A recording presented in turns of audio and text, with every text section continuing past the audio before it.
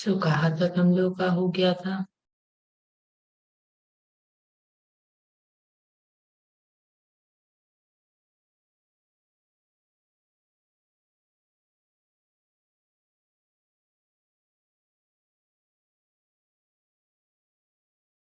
1.3 से स्टार्ट करने वाले थे। साथ में एक होमवर्क था आप लोगों के लिए कि चित्त वृत्ति के ऊपर कोई अगर आप एग्जाम्पल सोच पाए तो किसी ने ट्राई किया?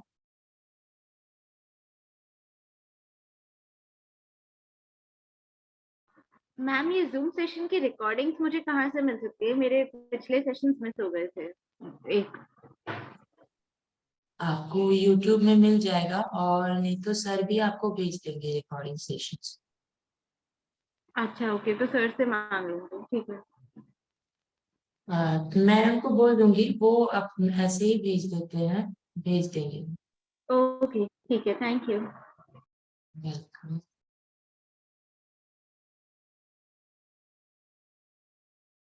तो चित्तवृत्ति के बारे में किसी ने कुछ सोचा?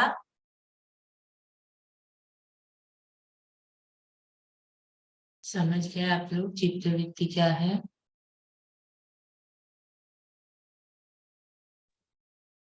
No, ma'am, if you can explain. Sorry? Ma'am, if you can explain, actually, it's not clear.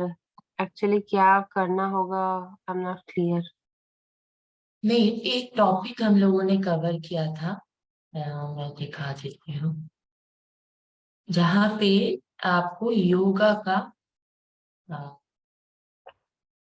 Definitions आपको पढ़ना है, और वहां पे एक लाइन है जो है योगा चित्त वृत्ति निरोधा। आपको दिख रहा है ना?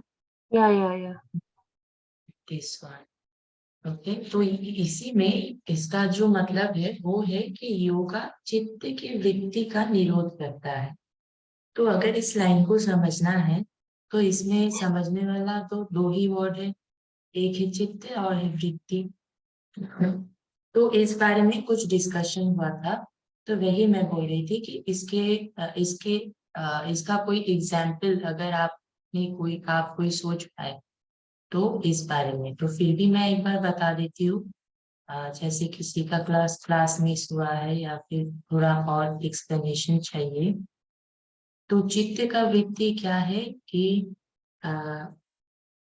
जैसे कि हम किसी के घर जा रहे हैं, शायद हमारे नेबर के घर, और वहां पे हमारे दूसरे फ्रेंड भी आने वाले। तो आ, तो हम लोग कैसे गेस करते हैं कि वो आए हैं कि नहीं? घर पहुंचते समय हम लोग का चप्पल दिखता है हम लोग को, और फिर हम लोग सोचते हैं कि हाँ, फिर तो वो अंदर ही होंगे। लेकिन इज दिस इम्पोर्टेंट कि वो अंदर ही हो? शायद वो चप्पल खोल के फिर से अपने घर वापस गए हो, या फिर एनीथिंग एल्स। शायद वो नहीं, शायद कोई और हो। तो ये जो है, जो हम लोग गलत सोचते हैं। जैसे कि कोई पहले उस दिन भी मैंने बताया था कि बचपन में मेरे साथ तो बहुत बार हुआ है कि कोई ऐसे रस्सी फेंक दे मेरे ऊपर, और वो सांप जैसा लगे, मतलब वो एक हो जाता है मन में कि हाँ, अरे ये तो सांप है जो मेरे ऊपर फेंक दिया है। तो ये जो है, ये है चित्त। और जब माइंड क्लियर होता है, जैसे कि एक पॉन्ड अगर पूरा क्लीन हो तो उसके नीचे तक हम लोग को दिख सकता है। लेकिन अगर वो पॉन्ड क्लीन नहीं है तो वो नहीं दिखता है।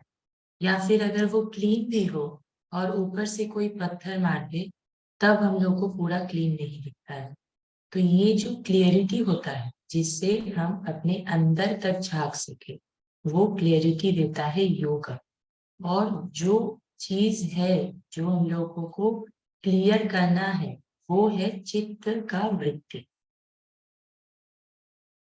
So this is the definition says that yoga चित्त वृत्ति निरोध। अगर आप योग का प्रैक्टिस करेंगे तो जितने भी आपके मॉडिफिकेशन, जैसे यहाँ पे बोला जा रहा है माइंड मेंटल मॉडिफिकेशंस, उसका कंप्लीट सेसेशन होता है, मतलब पूरा खत्म हो जाता है। ओके, आपको समझ में आया? Yes, ji ma'am. yes, ma'am. Okay. So let us move on to 1.3.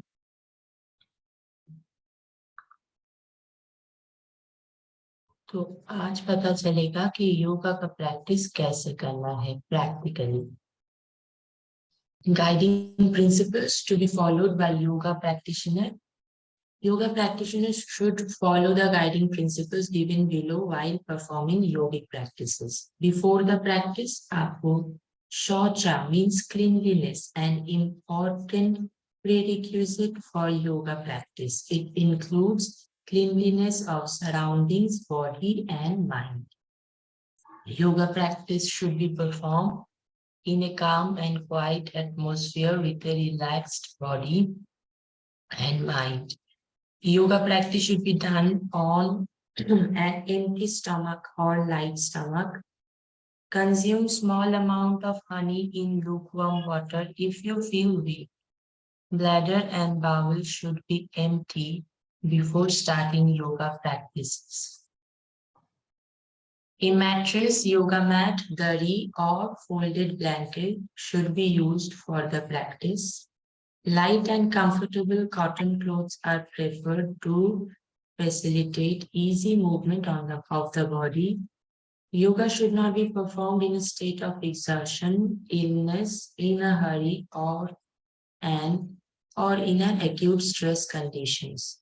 In case of chronic disease, pain, cardiac problems, a physician or a yoga therapist should be consulted prior to performing yoga practices. Yoga experts should be consulted before doing yoga practices during pregnancy and menstruation. तो सारे जो है English बिल्कुल clean and nice English है, समझने में कोई problem नहीं है। तो पहले एक तो अपने आप को क्लीन करना है और काम एंड क्वाइट एक एटमॉस्फेयर खोज के बैठ जाना है। तो जो इम्पोर्टेंट पार्ट है वो है कि yoga practice should be done on an empty stomach और लाइट स्टमक। तो ये जो एम्प्टी स्टमक और लाइट स्टमक का जो डेफिनेशन है वो क्या है? आपको 2 से मिनिमम 2 आवर्स का गैप एंड मैक्सिमम आप 4 आवर्स का गैप में योगा प्रैक्टिस कर सकते हैं। 2 to 4 hours is gap in between your meal and your yoga practice.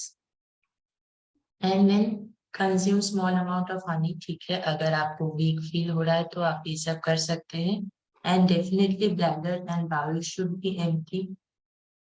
इसको बिल्कुल बहुत ही इम्पोर्टेंट है कि आप प्रैक्टिस के पहले बिल्कुल, जैसे कि पहले ही बोला गया है, शौचा में ये भी आता है कि आप अपने आप को क्लीन करें, तो ये भी क्लीनिंग है।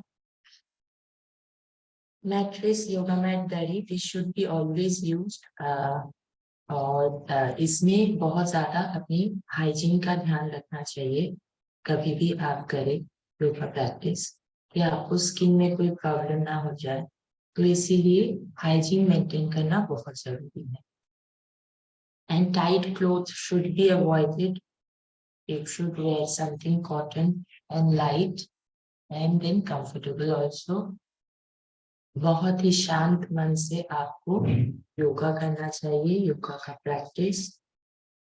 इन केस ऑफ अगर आपको कोई भी प्रॉब्लम है, जैसे डिजीज हो, कोई क्रॉनिक डिजीज हो, पेन हो, कार्डियक प्रॉब्लम हो, तो डेफिनेटली आपको योगा थेरेपिस्ट से कंसल्ट करके फिर खुद भी करना है और किसी को कराना भी है। एंड देन आपको during pregnancy and menstruation it's difficult कि आप सारे आसनास नहीं कर सकते हैं, सारे प्रैक्टिस आप नहीं कर सकते हैं। तो ये 2 बहुत ही इम्पोर्टेंट रहते हैं जिसमें आपको पहले से जानना चाहिए कोई भी आसन का कॉन्ट्राइंडिकेशन कि कौन नहीं कर सकता है, तो ये जानना बहुत जरूरी है। कभी भी आप कोई भी, जैसे आपके प्रैक्टिकल्स में भी आसनास तो होंगे ना, उसमें बहुत ज्यादा इम्पोर्टेंट है कि आप कॉन्ट्राइंडिकेशंस को करें कि कौन नहीं कर सकता, किसको नहीं करवा सकते हैं, और हम खुद भी क्या कर सकते हैं और क्या नहीं कर सकते हैं। तो ड्यूरिंग प्रैक्टिस क्या करना है, आपको practice session should start with a prayer or an invocation as it creates a conducive environment to relax the mind. आपका माइंड बहुत रिलैक्स हो जाता है जब आप प्रेयर करते हैं। एक 1 आवर की क्लास में अगर आप फर्स्ट 2 to 3 मिनट्स भी प्रेयर में अगर आप मतलब इन्वेस्ट करते हैं तो भी वो बहुत ही अच्छा रहता है। जैसे हम लोग के योगा प्रैक्टिस के बिफोर प्रैक्टिस में जैसे एक पॉइंट है कि आपको कोई भी स्टेट ऑफ एक्सर्शन, इलनेस और इन अ हरी ऐसे कंडीशंस में नहीं करना चाहिए। तो अगर आपका माइंड में हरी है या फिर कोई भी मतलब थोड़ा सा भी कुछ स्ट्रेस है या फिर आपका माइंड चंचल जिसको बोलते हैं चंचल है, तो अगर आप पहले 1-2 मिनट प्रेयर पे आप खुद को इन्वेस्ट करें तो आपको बहुत ही अच्छा रिजल्ट मिलेगा। तो इसीलिए yoga should be always start with the prayer. Yoga practices shall be performed slowly in a relaxed manner with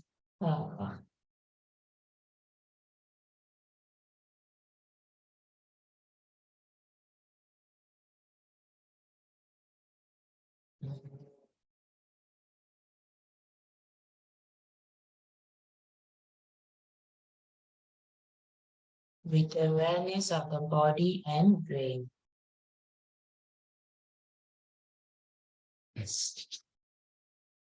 body and breath. तो क्या करना है कि आपको ऑब्वियसली योगा प्रैक्टिस में कभी भी कोई जर्क नहीं आना चाहिए। बहुत ही स्लोली अपनी बॉडी को समझते हुए अपनी बॉडी को, या आपके सामने एज ए योगा प्रोफेशनल अगर आप किसी को प्रैक्टिस करवा रहे हैं तो उनका भी बॉडी समझते हुए आपको प्रैक्टिस करना चाहिए।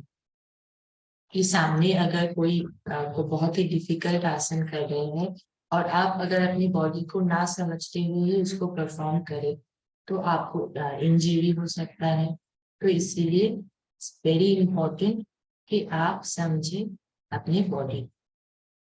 और ब्रेथ के ऊपर तो बहुत ज्यादा मतलब कंसंट्रेशन रखना ही पड़ता है, क्योंकि कोई भी योगा प्रैक्टिस में इनहेलेशन एक्सहेलेशन कहाँ पे होल्ड करना है, ये सब चीजों का बहुत ही अच्छे से मेंशन किया हुआ रहता है, तो उसको फॉलो कीजिए। Do not hold the breath unless it is specially mentioned to do so during the practice. Breathing should be always through the nostril unless instructed otherwise. Do not hold the body tight or give undue jogs to the body. Perform the practices according to one's capacity. It takes some time to get good results, so persistent and regular practice is very essential. There are contraindications, limitations for each yoga practice, and such contraindications should always be kept in mind. Yoga session should end with meditation, deep silence, sankalpa, shanti path, etc. तो बहुत ही important है कि ये सब चीजों का ध्यान रखा जाए कि आप हमेशा जब भी आपको मतलब इनहेल और एक्सहेल करना हो वो आप नाक से ही करें। मुंह से आपको अगर कोई भी आसन अगर आप करेंगे तो अगर उसमें माउथ का यूज करना है तो अलग से बोला जाता है, तो वैसे ही यूज करना चाहिए। और फिर आपको अपने कैपेसिटी के हिसाब से प्रैक्टिस करना चाहिए। ये भी मैंने आपको कहा कि अपनी बॉडी को समझते हुए प्रैक्टिस करें, और कोई भी चीज में टाइम तो लगता ही है टू गेट गुड रिजल्ट। तो इसलिए आपको कंसिस्टेंट रहना बहुत जरूरी है and regular practice. There are contraindications, again same point कि आपको कॉन्ट्राइंडिकेशन और लिमिटेशन कोई भी आसन का याद रखना पड़ेगा ऑलवेज। योगा सेशन को आपको हमेशा खत्म करना है कि आप मेडिटेशन करें या फिर डीप साइलेंस, संकल्प या शांति पाठ। शांति पाठ से आप खत्म कर सकते हैं कोई भी योगा सेशन को। मैडम योगा सेशन करने का कुछ ऐसा टाइमिंग ऐसा कुछ प्रिस्क्राइब है कि सुबह बेहतर है या शाम में बेहतर है? नहीं, जैसे एक पॉइंट था ना कि आप एम्प्टी स्टमक होना चाहिए या फिर लाइट स्टमक होना चाहिए। आप कभी भी कर सकते हैं। मॉर्निंग, अगर एम्प्टी स्टमक की बात की जाए तो morning is the best time, और नहीं तो आप अगर मतलब खाना खा रहे हैं कुछ भी, अगर इफ यू फील लाइट, मतलब वो जो टाइम गैप मैंने आपको ये कहा है 2 to 4 hours, डिपेंडिंग कि आप क्या खा रहे हैं, ये बहुत ज्यादा इम्पोर्टेंट होता है। अगर आप कुछ लाइट फूड ले रहे हैं तो आपको उसको डाइजेस्ट करने में ज्यादा समय नहीं लगता, पर जो इजीली डाइजेस्टेबल नहीं है उसमें आपको 4 hours का गैप देना चाहिए। तो दिस इज टाइम के बारे में यही है कि आप या तो सुबह बिल्कुल एम्प्टी स्टमक में करें या फिर 2 to 4 hours का गैप रखें according to your meal. Okay, ठीक है, थैंक यू।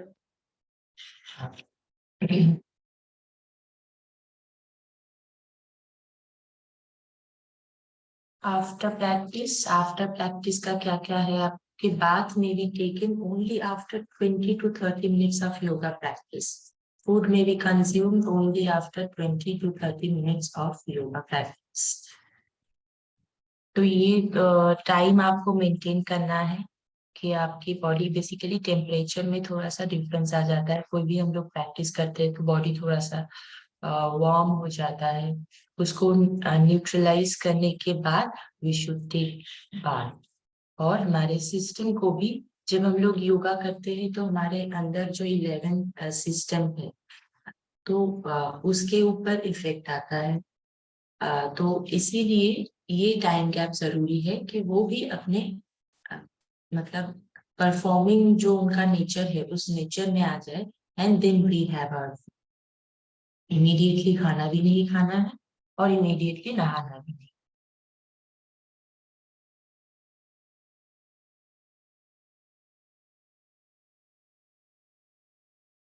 ओके, तो हो गए। एंड देन हम लोग आ जाते हैं प्रिंसिपल्स ऑफ योगा। त्रिगुणा। त्रिगुणा मतलब 3 गुण। कोई भी हम इंसान के अंदर 3 गुण रहता है। एक होता है सात्विक, एक होता है राजसिक, एंड थर्ड वन इज तामसिक। तो सात्विक, राजसिक एंड तामसिक 3 टाइप का होता है। सात्विक जैसे बहुत ही simple life, simple things, simple food. Simple food मतलब अगर आप कुछ भी खाना खा रहे हो उसको जैसे बॉईल करके कोई खाता है, या फिर कुछ ज्यादा मसाला डाल के नहीं खाता है, बहुत लंबा प्रोसेस नहीं है वो खाना बना हुआ, जैसे हम लोग को बाहर प्रोसेस्ड फूड मिलता है, दैट इज नॉट अ सात्विक। तो sattvic it's not just about food, it's about everything. हर एक चीज के अंदर जो भी हम लोग सोचते हैं, करते हैं, उसमें ये जो 3 गुण है इसका बहुत ज्यादा इफेक्ट रहता है। कि इसी से हम लोग का नेचर, गुण नेचर ही होता है बेसिकली। तो नेचर डिसाइड होता है कि कौन सात्विक है, कौन राजसिक है और कौन तामसिक है। तो सात्विक इज सिंप्लिसिटी, राजसिक है जो सिंप्लिसिटी के ऑपोजिट जाता है। मतलब जैसे अगर फूड के बारे में ही अगर बोला जाए तो जैसे बहुत ज्यादा फूड होता है बाहर, जैसे हम लोग घर पे भी, एक अगर मेरे दिमाग में तो यही आता है कि चिकन, अगर हम लोग चिकन खा रहे हैं, ओके, तो चिकन को अगर हम लोग बॉईल करके उसका स्टू बना के खाते हैं दैट इज सात्विक। अगर उसका मसाला डाल के बहुत अच्छे से बना के उसको करी बना के खाते हैं दैट इज राजसिक। एंड तामसिक, तामसिक वो है कि अगर कोई भी चिकन हम कल बनाए और 2 दिन बाद खा रहे हैं दैट इज तामसिक, मतलब स्टेल, जो कि मतलब लेजीनेस, लेजीनेस होता है तामसिक नेचर का। मतलब एक इनर्शिया, लेजीनेस इसका मतलब होता है, जिसमें कि जैसे सुबह उठने में प्रॉब्लम हो रहा है, उठने का मन नहीं कर रहा है, या फिर पूरा दिन लगता है कि बैठे रहे, लेटे रहे, काम करने का मन नहीं करता है, तो दैट इज तामसिक नेचर। एंड राजसिक nature is very over active, and सात्विक इज नॉर्मल, सात्विक not over active not unactive. It's in a moderation. तो यही होता है 3 गुण, सात्विक, राजसिक एंड तामसिक. Any question?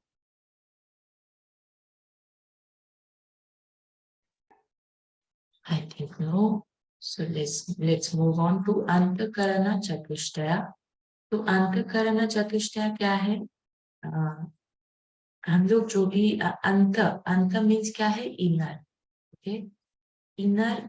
और करना मीन्स है टूल, और चतुष्टय मीन्स 4. ठीक है, 4 4 इनर टूल. इनर टूल मतलब क्या है? जिससे जहां से हम लोग का थॉट्स एंड फीलिंग्स डिसाइड होता है.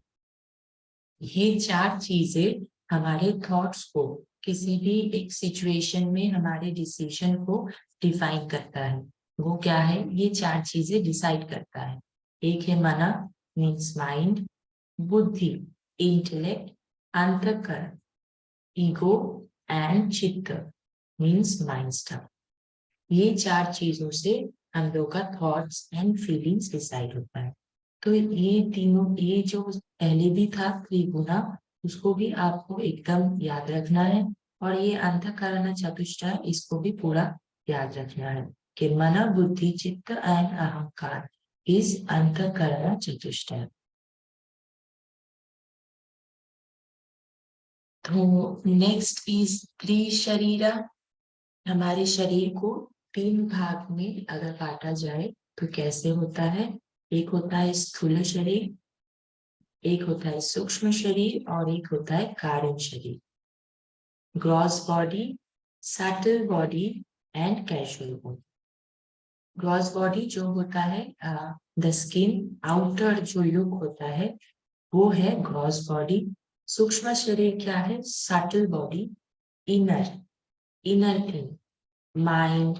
और यहाँ पे जैसे बोला गया है, mind, intellect, ego, mind stuff, सूक्ष्म शरीर.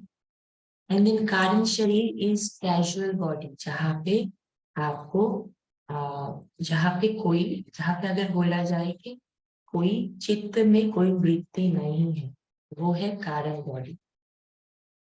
ये तीनों 3 तरीके से हमारे शरीर को हम लोग भाग कर सकते हैं. एक है क्रॉस, एक है सटल, एक है casual body. This is also very very important. इसको आपको अगर आप योगा के बारे में और पढ़ना चाह रहे हैं, नॉट जस्ट दिस कोर्स, तो आपको ये सारी चीजें बहुत अच्छे से समझना और जानना चाहिए, क्योंकि ये आगे भी बहुत सारा चीज ही इसके ऊपर ही है. ओके, तो ये this are the basic things.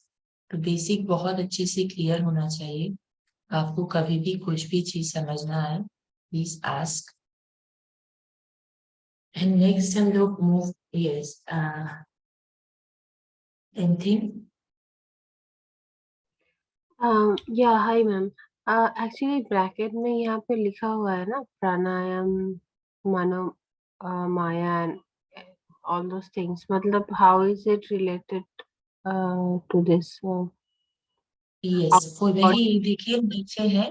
ये जो है ना, कोशा के बारे में बोला गया है. जैसे पहले है अन्नमय कोशा, प्राणमय कोशा, मनोमय कोशा, विज्ञानमय कोशा एंड आनंदमय कोशा. ये है 5 कोशा, जिसके बारे में नेक्स्ट हम लोग पढ़ रहे हैं पंच कोशा. यही है.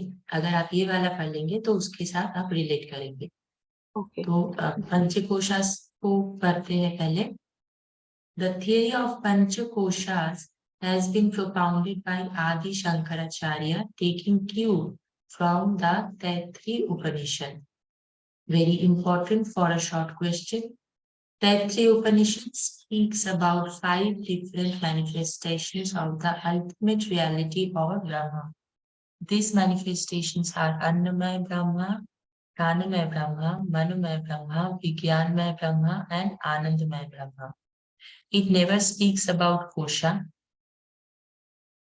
Adi Shankaracharya converted all these to koshas in order to suit his philosophy. Thus, Annamaya Brahma has been mapped as Annamaya Kosha and so on. The theory of Panchakosha asserts that the relative world comprising microcosm and macrocosm is made up of 5 sheaths which cover the real self. तो कोशा क्या है? पंचकोशा। Last line में जो है ultimate मतलब बोला गया है कि जो रियल सेल्फ है, आत्मा को कवर करता है ये 5 लेयर्स। अगर आप सेंटर में एक सर्कल के रूप में देखें कि ये आत्मा है, उसके ऊपर और आप 1, 2, 3, 4 and 5 sheets. This is panchakosha. तो यहाँ पे सबसे पहले तैत्तिरीय उपनिषद में पंचकोशा के बारे में जाना गया, जिसको आदि शंकराचार्य जी ने इसको मतलब एज ए थियरी हम लोगों को मतलब पता चला उसके बारे में उन्हीं से। और तो वहां पे एक ही चीज का डिफरेंस है कि उपनिषद में ब्रह्मा का ब्रह्म शब्द का यूज किया गया है और यहाँ पे कोशा का यूज किया गया है, कोशा वर्ड का यूज किया गया है। एंड देन 5 कोशा में सबसे पहले आता है अन्नमय कोशा और कोशा मेड ऑफ फूड और द फूड बॉडी। तो हमारा जो बॉडी है, like the muscles and the bones and then like the skin, ये सब हर एक चीज, लाइक कैल्शियम। कैल्शियम कहाँ से आता है? हम लोग खाते हैं, तब हम लोग का बोन्स बनता है। मसल्स कैसे बनता है? प्रोटीन्स, जब हम लोग प्रोटीन खाते हैं तो मसल बनता है। ब्लड भी ऐसे ही बनता है, कोई ना हम लोग का जो फ्लूइड हम लोग लेते हैं उससे ब्लड बनता है।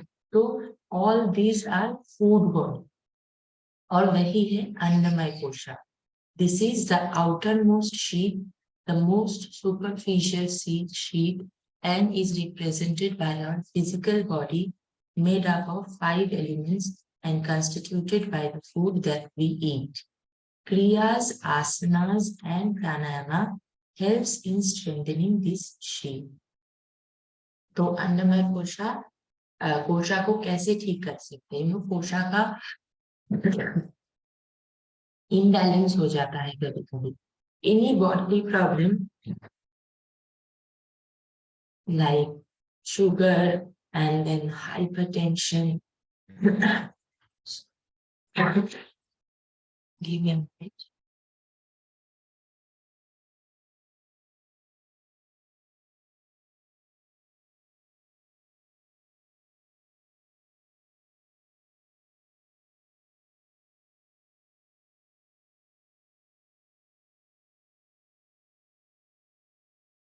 Yes.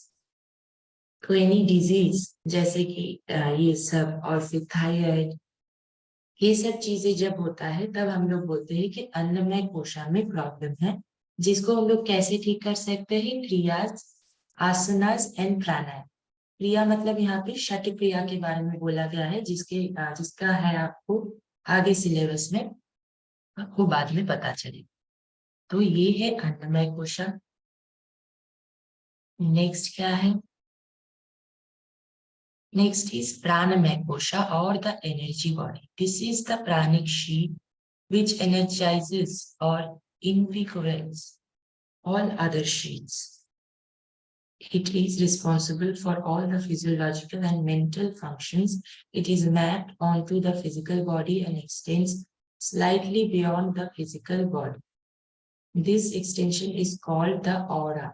The pranamaya kosha is in between the annamaya kosha and manamaya kosha. Thus, prana, our breath, is the bridge between the body and mind. Pranayama practices strengthen the pranayama kosha. तो जो 5 layer हमने कहा था, सबसे बाहर का जो layer है वो था annamaya kosha and the next layer is pranamaya kosha. Pranamaya kosha means the pranic energy, जिसको हम लोग इनहेल करके ब्रेथ ले रहे हैं, वो है प्राण, जिसकी वजह से हम लोग जिंदा है, अभी बैठे हुए हैं। प्राणा नहीं रहेगा तो हम लोग ऐसे बैठे नहीं रहेंगे, ओके, शवासन में चले जाएंगे परमानेंट। तो यही है प्राणा, and this relates to प्राणमय kosha. Pranamaya कोशा हमारे हर सेल को, हर बॉडी के पार्ट को एनर्जी देता है। और ये जो है, इसका जो नेक्स्ट है वो है मनोमय कोशा, तो ये इन दोनों के बीच में है। तो ऐसे ही प्राणमय कोशा हमारे बॉडी जो है, outer body, like the annamaya kosha, and the third layer the manomaya kosha, इन दोनों में कनेक्शन बनाता है। इसीलिए बोल रहा है ना कि द प्राणा और our breath is the bridge between the body and the mind. तो this is pranamaya kosha, the second layer. We are going inside, मतलब आत्मा अगर बीच में है तो हम लोग धीरे धीरे नीचे जा रहे हैं। तो first two layers are done, manomaya and pranamaya, and the next is manomaya kosha. This is the sheath of our thinking, feelings and emotion. It is comprised of mana, ahankar and the lower buddhi. Pranayama and pratyahar practices cater to this kosha. Okay. तो प्राणमय कोशा के बारे में एक चीज जो बोलना है कि प्राणायाम से प्राणमय कोशा को इम्प्रूव कर सकते हैं और स्ट्रेंथन कर सकते हैं। और मनोमय कोशा में क्या है, जो भी हम लोग सोचते हैं, बोलते हैं, जैसे कि थोड़ी देर पहले हमने सुना है कि कोई भी चीज के ऊपर हमारे थॉट्स एंड फीलिंग्स के ऊपर जिसका जो मतलब जो डिसाइड करता है हमारे थॉट्स फीलिंग्स, कोई भी सिचुएशन के ऊपर हमारा डिसीजन, वो है मनोमय कोशा। इसमें क्या क्या आता है, मन, अहंकार एंड लोअर बुद्धि। अंडरस्टैंड दिस, लोअर बुद्धि। तो अंतःकरण चतुष्टय में क्या क्या था, मन, बुद्धि, चित्त एंड अहंकार। इसमें मन है, अहंकार है, लोअर बुद्धि है, चित्त नहीं। ठीक है, तो लोअर बुद्धि इंटेलेक्ट, लोअर इंटेलेक्ट क्यों बोला गया है, बिकॉज हम लोग जब विज्ञानमय कोश या फिर आनंदमय कोश में रहते हैं, तभी हम लोग हमारे जो स्टेबल या फिर सटल जो इंटेलेक्ट है उसको टच कर पाते हैं। तो जब तक हम लोग मनोमय कोशा में है, उसमें उसका कुछ असर नहीं, मतलब we are not to that pace, not that कि वहां तक पहुंच गए जहाँ पे हमारे इंटेलेक्ट बिल्कुल क्लियर है, लाइक द पॉन्ड इज एकदम क्लियर, जहाँ पे हम लोग नीचे तक देख सकते हैं, वहां तक अभी तक नहीं पहुंचे हैं, उससे पहले। दैट इज मनोमय कोशा। और मनोमय कोशा को कैसे ठीक कर सकते हैं, प्राणायाम एंड प्रत्याहार प्रैक्टिस। प्राणायाम तो बहुत ही नोन है, और प्रत्याहार के बारे में आपको आगे पता चलेगा कि प्रत्याहार क्या है। प्रत्याहार मतलब किसी भी चीज को स्टॉप करना, कि मैं इस चीज, लाइक बैड प्रैक्टिस, कि कैसे बोल जाए, कोई भी लाइक कि आज मुझे like choosing something in your life, कि आपको कौन सा रास्ता चूज करना है, कि आपको आप स्टडी करना चाहते हैं या फिर नहीं, मुझे स्टडी नहीं करना है, मैं मतलब I have fun, I don't want to study. ठीक है, तो इन दोनों चीजों में जब आप फन या फिर जो भी वर्ल्ड इन माया बोल सकते हैं, अगर आप उसको त्याग करके आप अपने स्वाध्याय यानी कि सेल्फ स्टडी या फिर लिटरेचर स्टडी में अगर आप खुद को इंक्लूड कर रहे हैं, दैट इज प्रत्याहार ऑफ दैट वर्ल्डली थिंग। ठीक है, दिस इज प्रत्याहार, कि किसी भी एक चीज को छोड़ना और दूसरे चीज में इन्वॉल्व होना। तो ये दोनों चीज का प्रैक्टिस होना चाहिए मनोमय कोशा को स्ट्रॉन्ग करने के लिए। नेक्स्ट इज विज्ञानमय कोशा और द विजडम और हायर इंटेलेक्ट बॉडी। तो here we are entering to the intellect, जहाँ अंतःकरण चतुष्टय में जो बोला गया, this is the region where refined higher level thinking and intuition starts happening. Meditation practices cater to this shape. अगर आप मेडिटेशन का प्रैक्टिस करेंगे, ये जो लेवल है, दिस इज कोई एक्सप्लेन नहीं कर सकता है इस लेवल को। जब आप ऑब्वियसली कोई तो एक्सप्लेन कर सकता है जो यहाँ पे लिखा है, and definitely it's not me, because ये वो है जिनको हम लोग गुरु बोलते हैं। मतलब जैसे आदि शंकराचार्य, महर्षि पतंजलि, इन ऋषि मुनियों को शायद उस लेवल का थॉट, मतलब उस लेवल पे वो लोग थे जहाँ पे वो लोग अपने real intellect, the pure intellect को फील कर पाते थे, जहाँ से आपके थिंकिंग और इंट्यूशन स्टार्ट होता है, मतलब हायर लेवल ऑफ थिंकिंग। तो इसका प्रैक्टिस कैसे हो, मतलब इसको कैसे कर सकते हैं? Only one thing, that is meditation. Meditation के थ्रू ही आप अपने इनर इंटेलेक्ट तक पहुंच सकते हैं। And then last thing is Anandamaya Kosha or the bliss body. This sheet is closest to our real self. जैसे कि हमने 4 लेयर को क्रॉस कर लिया है, this is the last layer to आत्मा और the real self. क्या है कि आनंदमय कोशा, spirituality reigns here, transcending the body, mind and intellect leads to bliss. Meditation strengthens this sheet. तो विज्ञान में कोशा में भी मेडिटेशन करना है, and higher level of meditation, more and more meditation and you reach to your bliss body और anandamaya kosha. This is also a state जिसको explain नहीं किया जा सकता है, और यहाँ पे ही आपको योगा का जो डेफिनेशन है, समत्वम मतलब इक्वालिज्म, इक्वालिटी, वो आपको मिलता है। कहाँ का? बॉडी का, mind and intellect, in straight line और इन लाइक हॉरिजॉन्टल और parallel, doesn't matter, but the thing is in a line, जहाँ पे आपका mind, body, intellect in a line रहता है, दैट इज आनंदमय कोशा। These were the 5 koshas. Any questions?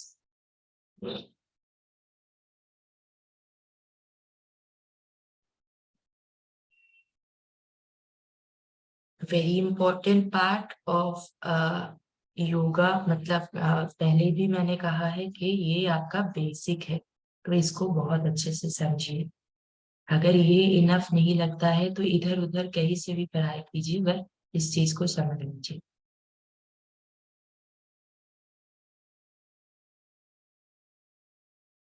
Okay, so I guess no questions, and I'm moving on to 1.5. Introduction to major schools of yoga, Jnana, Bhakti, Karma, Patanjali and Hatha.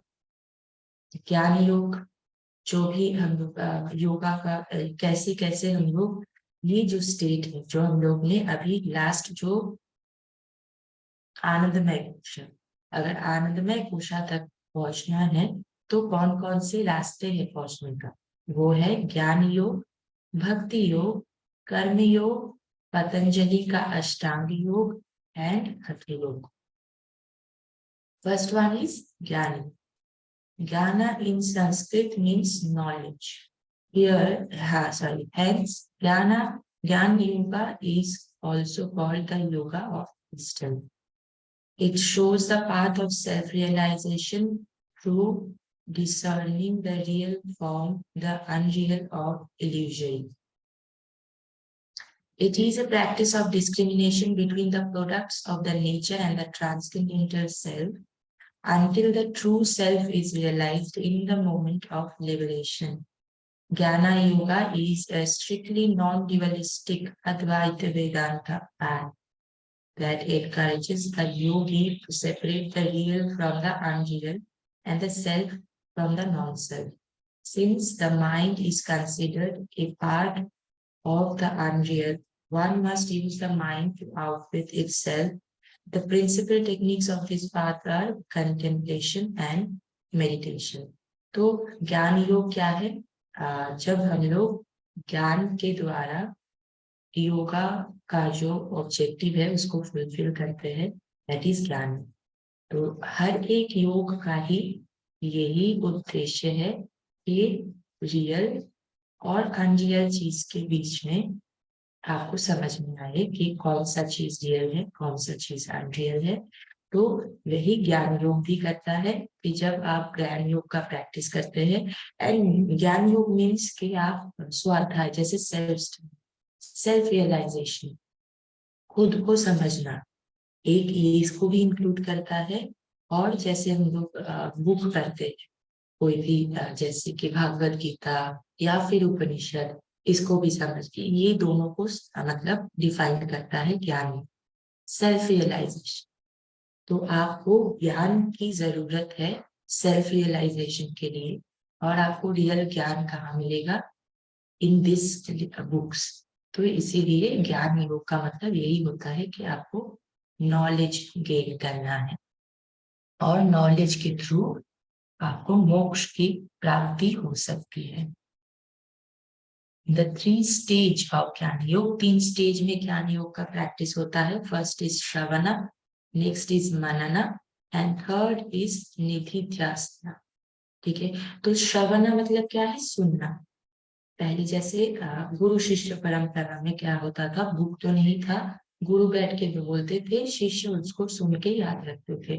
तो तब कैसे चलता था कि पहले आपको सुनना होता है, और फिर मनना, उसके बारे में सोचना होता है, और फिर निधिध्यासना मतलब ध्यान में बैठ के उस चीज को सोचना, इज इट राइट और इज इट रॉन्ग। ठीक है, तो दिस आर द 3 स्टेज जिसे आप ज्ञान योग प्रैक्टिस करते हैं। श्रवणा, मनना एंड निधिध्यासना, 3 पॉइंट्स बहुत ही इंपॉर्टेंट है। Any questions? ये निधि ध्यासना क्या है, रिपीट करेंगे क्या मैम? यस, निधिध्यासना क्या है कि अभी अगर कोई आपको एक टॉपिक के बारे में बोल रहा है तो आप सुन रहे हैं, और फिर मनना मतलब आप उसके बारे में सोच रहे हैं, एंड निधिध्यासना इज जब आप मेडिटेट करते हैं उस चीज के बारे में, मतलब डीप थॉट, उसको विचार करना, राइट और रॉन्ग के बारे में नहीं अगर आप सोचना चाहे तो भी उस चीज का मतलब हम लोग मेडिटेशन में क्या करते हैं, अगर आपके सामने एक मूर्ति, सोचिए कि शिव जी का एक छोटा सा मूर्ति है, तो अगर आप उसके ऊपर मेडिटेट करेंगे तो उसके सारे डिटेल आप देखेंगे कि उनका आँख कैसे बनाया गया है, उनका नाक कैसा लग रहा है, कैसे उनका आँख आधा बंद है, राइट? तो वैसे ही वो जो टॉपिक आपने सुना इन द श्रवणा पार्ट, उसी को अच्छे से डिटेल में समझना इज निधिध्यास, जो कि हम मेडिटेशन में बैठ के, ध्यान में बैठ के करते हैं। फिर मनन और निधि ध्यास में क्या फर्क है? मनना को जैसे हम लोग अभी थोड़ी देर पहले क्या कह रहे थे कि लोअर बुद्धि एंड हायर बुद्धि, तो मनना को आप ऐसे बोल सकते हैं कि बुद्धि से नहीं है, मतलब उतना डिटेल में नहीं सोचना। क्या मेडिटेशन में आपको एक ऑब्जेक्ट का जितना चीज पता चलता है, अगर आप सिर्फ ऐसे देखें तो क्या आपको उतना चीज पता लगेगा उसके बारे में? No, right? यस। तो वही सुन रहे हैं, जैसे कि मैं अगर आपको एक लाइन बोलूं कि आई एम त्रिशा, तो आप सुने पहले, उसको अपने मन में बोले कि शी इज त्रिशा और I am Trisha, and then उसको फिर से सोचना कि मतलब this is a normal thing, इसके बारे में शायद सोचने के लिए कुछ नहीं है, पर एनी लाइन, एनी टॉपिक जिसको हम पहले सुनते हैं, फिर मन में रखते हैं कि ये चीज बोला गया है, एंड देन उसके ऊपर डीप मेडिटेट करना, उसको अच्छे से सोचना अपने इंटेलेक्ट को। और अब जब मेडिटेट करते हुए सोचते हैं तो ऐसा ही बोला गया है कि आप हायर इंटेलेक्ट तक पहुंचते हैं, तो हायर इंटेलेक्ट के साथ उस टॉपिक को समझना, दैट इज निधिध्यासना। जी। Okay, The next is the sadhana chatushtaya. The sadhana chatushtaya helps in the preparation of the intellect, emotion, and will.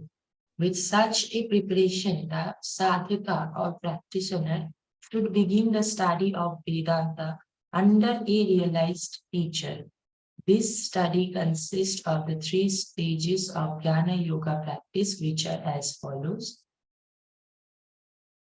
Okay हाँ, तो क्या करना है आपको कि आपको पहले साधन चतुष्टय आपके माइंड को प्रिपेयर करना है, आपके विल पावर को, आपके इमोशन को, इंटेलेक्ट को।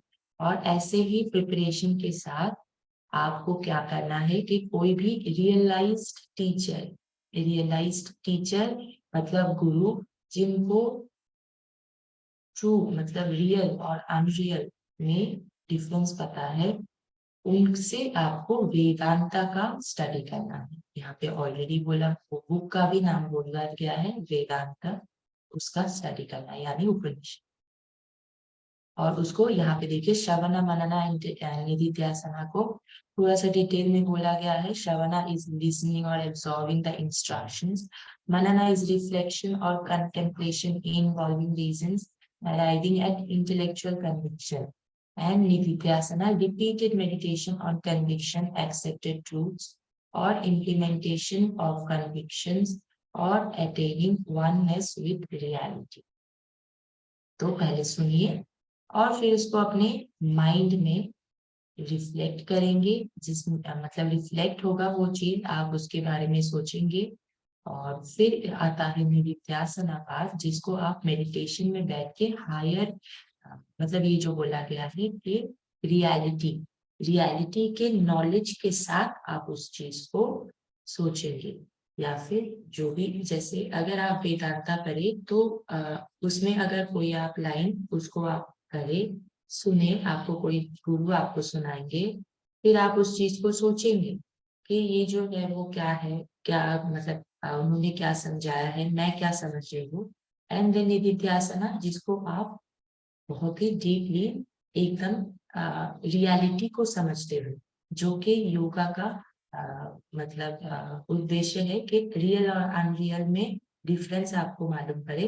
तो वही रियलिटी के साथ आप उस टॉपिक के ऊपर सोचें, that is nididhyasana. Qualifications of a student of Vedanta, or that is of a seeker of reality।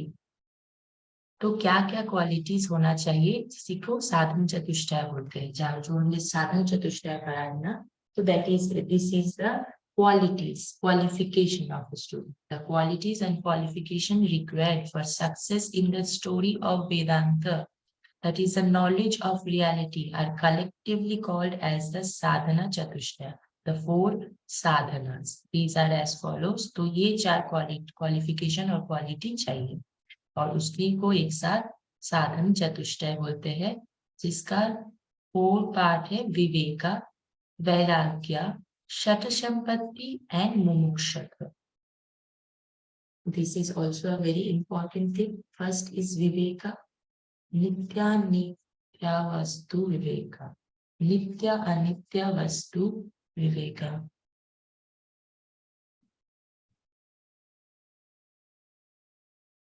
Okay, नित्य और अनित्य वस्तु का विवेक हो, discrimination between the real and the unreal, the eternal and the ephemeral, the firm conviction that Brahma only is real and this universe of names and forms is unreal।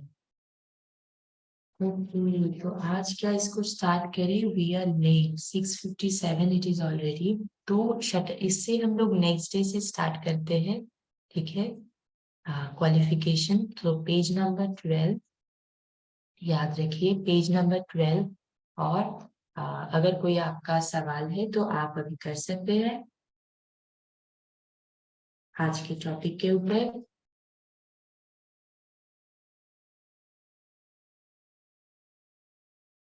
Okay, if there is no question, तो I'll ask you to read, और अगर आपको बाद में भी कर भी कोई सवाल अगर आपके मन में आए तो you can definitely ask. Okay, तो आज का सेशन हम यहीं पे खत्म करते हैं with prayer.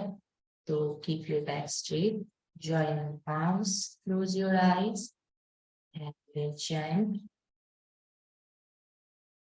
Om Sarve Bhavantu Sukhinah Sarve Santu Niramaya Sarve Bhadrani Pashyantu Ma Kaschit Dukha Bhag Bhave Om Shanti Shanti Shanti. Clap your hands.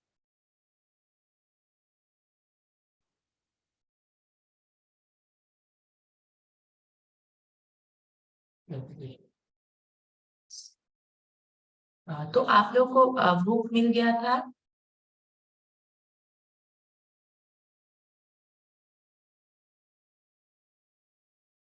Hello